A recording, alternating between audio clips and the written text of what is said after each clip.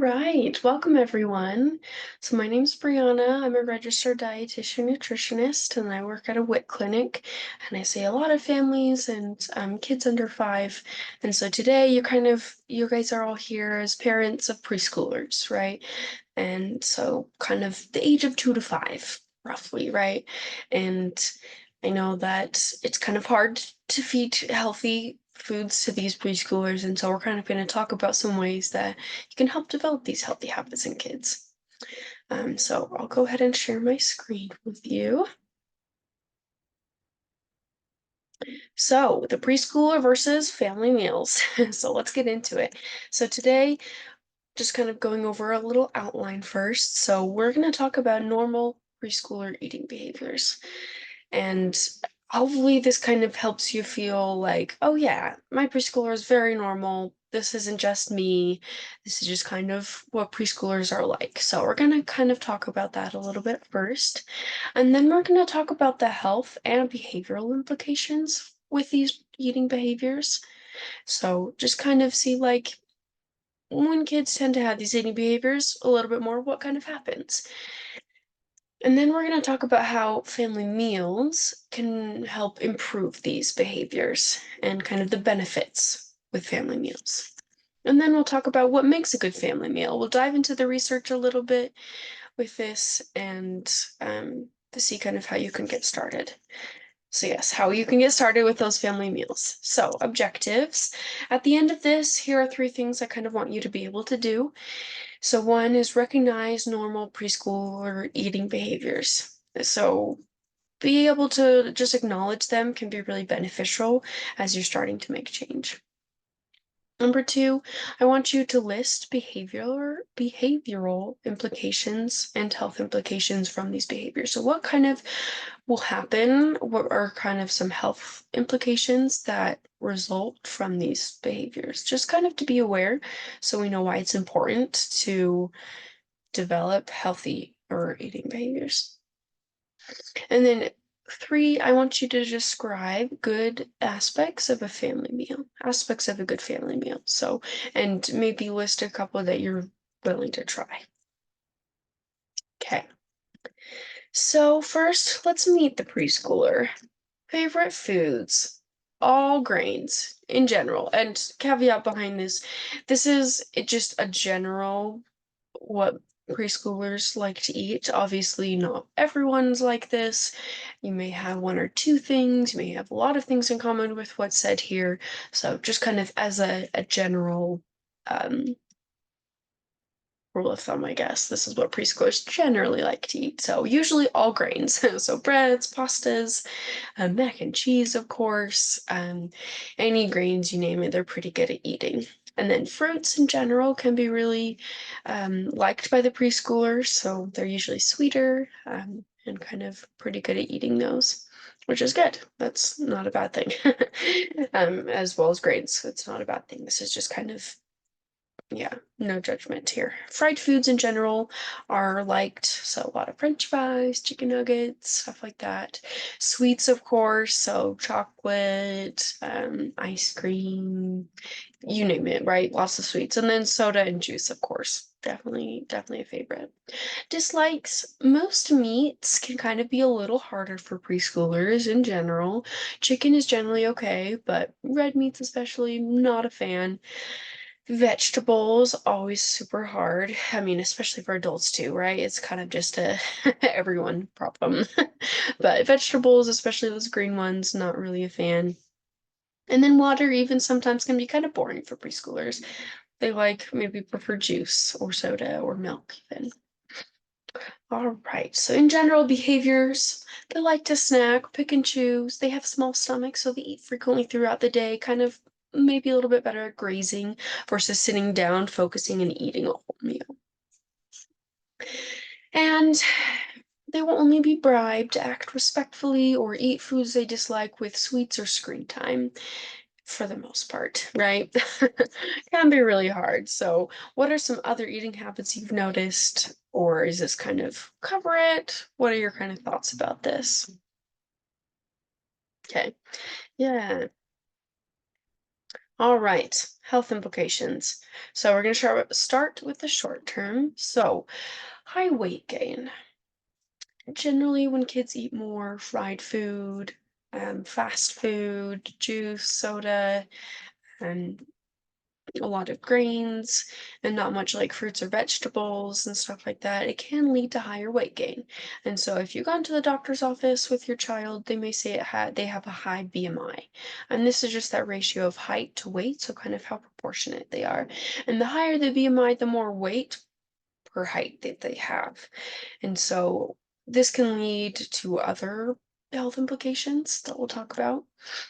Also, incomplete nutrients. We want to encourage, right, a balanced diet, but when kids don't necessarily like this food group or that food group, they'll really eat vegetables. It can lead to incomplete nutrients, which isn't always the best for kids.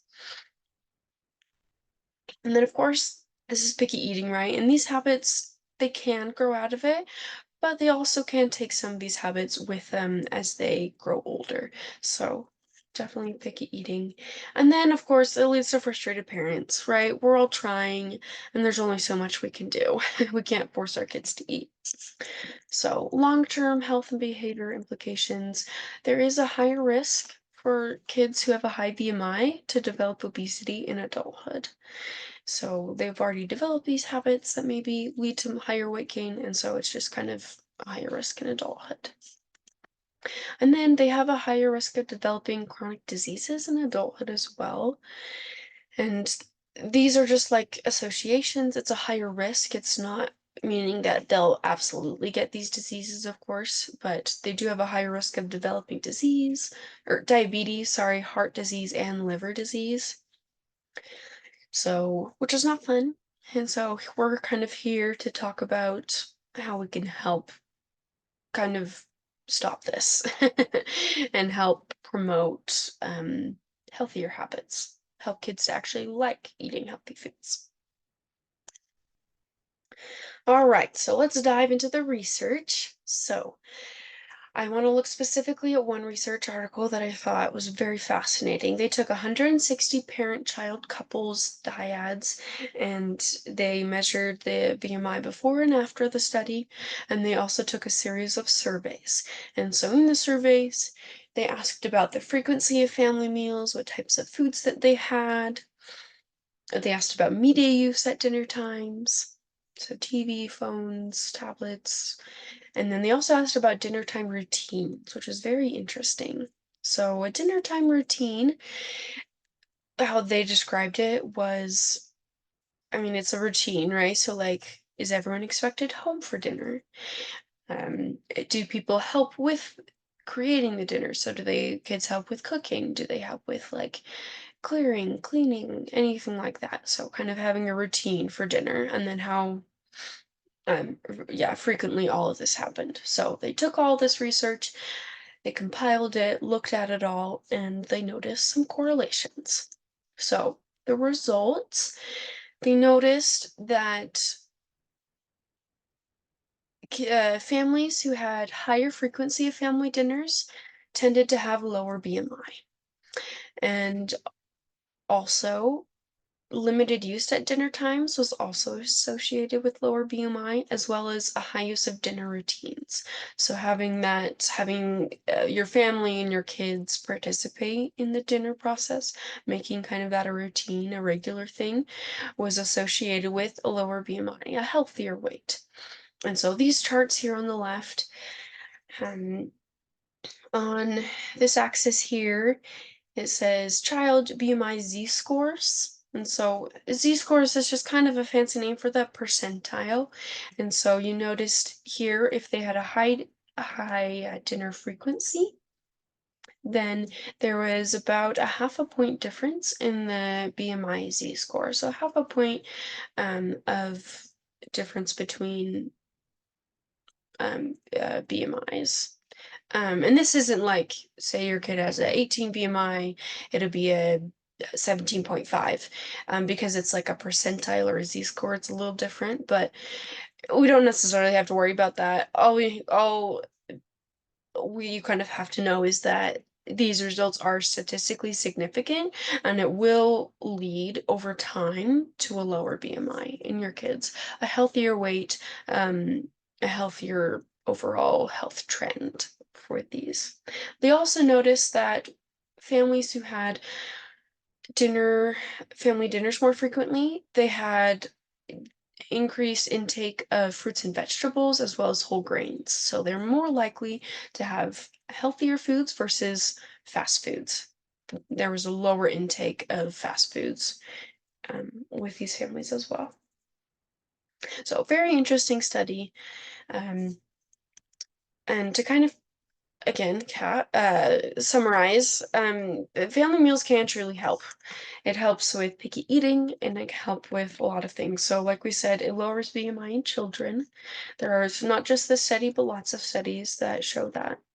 There's also less fast food intake in general. You're kind of have the mindset of, I'm going to prepare this meal and my family's going to sit down and eat it. Or my family, we're all going to help make it. Like I said, there's a higher intake of fruits and vegetables, whole grains, those healthier foods. And it's also a time to connect with family. There's a lot of benefit to sitting down, limiting distractions, and just kind of talking with each other. That can help with everyone. And then this is also a low pressure zone for kids. It can be a place where kids aren't forced to eat those foods that are on the table, but they're with their family. They feel like they're in a safe environment where maybe they can try it. Maybe they can just have it on their plate. It's a low pressure zone that they can kind of maybe explore foods a little bit more. And then family meals can also help develop fine motor skills in kids. So we recommend not pre-plating the foods. So a lot of, say, fast food, it's pre-portioned. This is the amount that you get.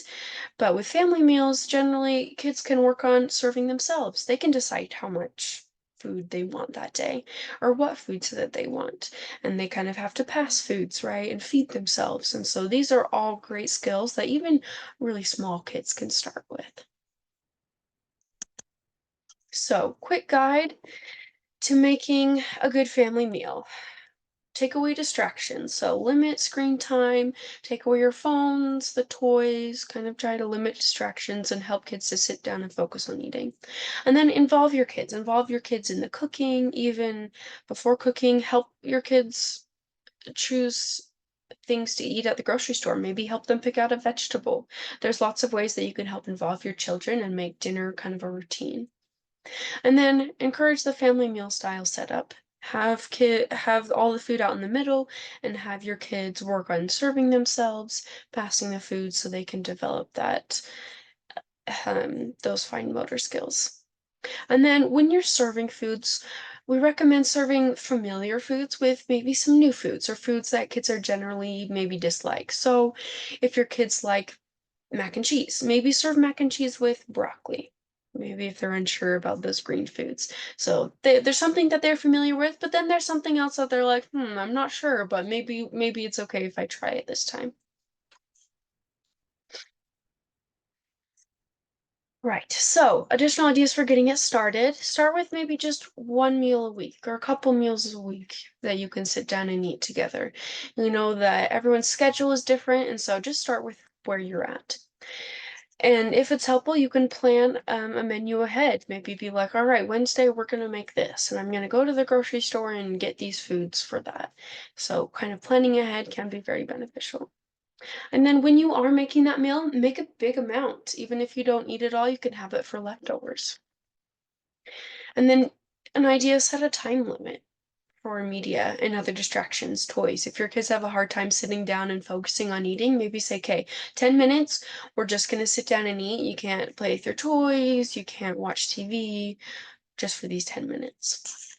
So, a couple of ideas. I know we've kind of talked about a lot. So, three general take home for you guys. Start with where you're at. It doesn't have to be complicated, and just pick one simple goal today that you can start with your family.